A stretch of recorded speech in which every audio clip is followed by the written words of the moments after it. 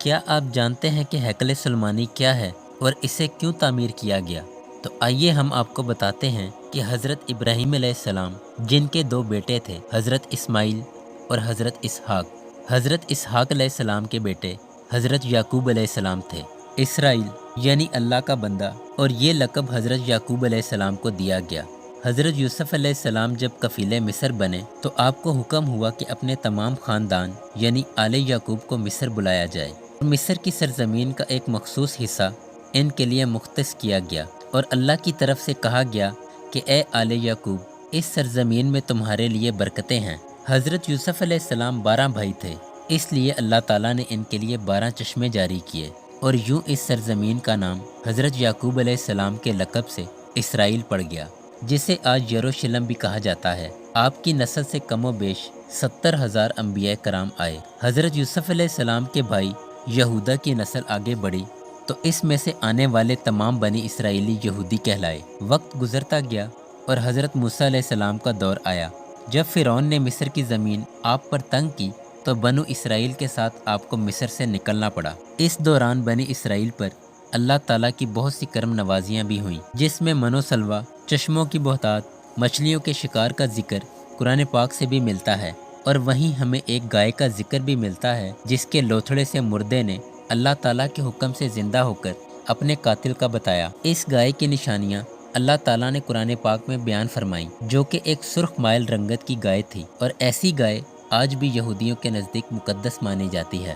حضرت موسیٰ علیہ السلام کے بعد دیگر نبی آئے۔ اس دوران حضرت موسیٰ علیہ السلام ان کے دور کی کچھ باقیات، تورات، من و سلوہ کا کچھ حصہ بنی اسرائیل نے ایک صندوق میں محفوظ کر لیا۔ یہ اللہ تعالیٰ کی طرف سے حضرت آدم علیہ السلام کو دیا گیا ایک خاص صندوق تھا، جو نسل در نسل نبیوں کے پاس رہا، جسے قرآن پاک میں تابوت سکینہ کے نام سے پکارا گیا، اور یہ یہودیوں کو اپنی جان سے زیادہ عزیز ہے۔ حضرت داؤد علیہ السلام نے جب جالوت کو ہرا کر اس سے تابوت سکینہ حاصل کیا تو یوں بنی اسرائیل نے انہیں نبی تسلیم کر لیا، اور حضرت داؤد علیہ السلام نے اس صندوق کی حفاظت کے لیے ایک ہیکل تعمیر کروانا شروع کیا، جو کہ ان کی زندگی میں مکمل نہ ہو سکا۔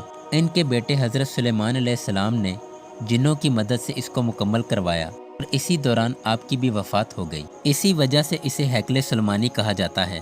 اس کے بعد بابل کے بادشاہ بخت نصر نے اسرائیل پر حملہ کیا اور ہیکل سلیمانی کو بھی گرا دیا، اور تابوت سکینہ بھی اپنے ساتھ لے گیا۔ سیپرس دی گریٹ نے دوبارہ یہ شہر حاصل کیا، یہودیوں کو دوبارہ یہاں آباد کیا، اور تابوت سکینہ کو بھی واپس لایا گیا۔ ہیکل سلیمانی ایک دفعہ پھر تعمیر کیا گیا، اور پھر وقت گزرتا گیا اور حضرت عیسیٰ علیہ السلام کی آمد ہوئی، جنہیں نعوذ باللہ یہودیوں نے دجال، ناجائز اور کیا کیا لقب دیے۔ یہاں سے یہودیوں میں سے 2 الگ قومیں ہو گئیں، ایک یہودی اور دوسرے عیسائی۔ یہودیوں نے سازش کر کے حضرت عیسیٰ علیہ السلام کو صلیب پر چڑھانا چاہا، اور اللہ تعالیٰ نے انہیں اپنے پاس اٹھا لیا۔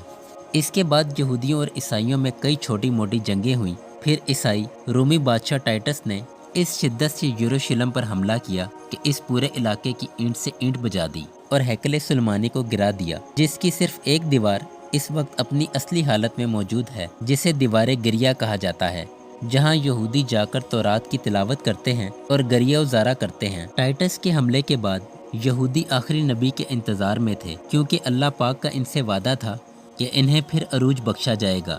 اس وعدے کا ذکر سورہ بقرہ میں بھی موجود ہے کہ اے بنی اسرائیل، ان نعمتوں کو یاد کرو جو تم پر کی گئیں، اور اپنا وعدہ پورا کرو تاکہ ہم بھی اپنا وعدہ پورا کریں۔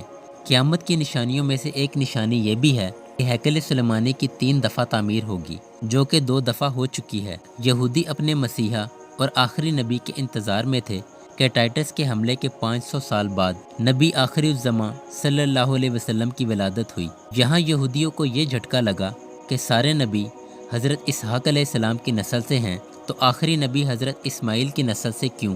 اور انہوں نے ایمان لانے سے انکار کر دیا۔ مسلمانوں کے لیے بھی وہ انبیاء کی نشانی تھی، اس لیے ہیکل سلیمانی کو بیت المقدس کا نام دیا گیا۔ اسلام کے آغاز میں یہودیوں کو قائل کروانے کی خاطر بیت المقدس کی جانب منہ کر کے نماز ادا کرنے کا حکم ہوا، کیونکہ یہودی اسی طرف منہ کر کے عبادت کیا کرتے تھے۔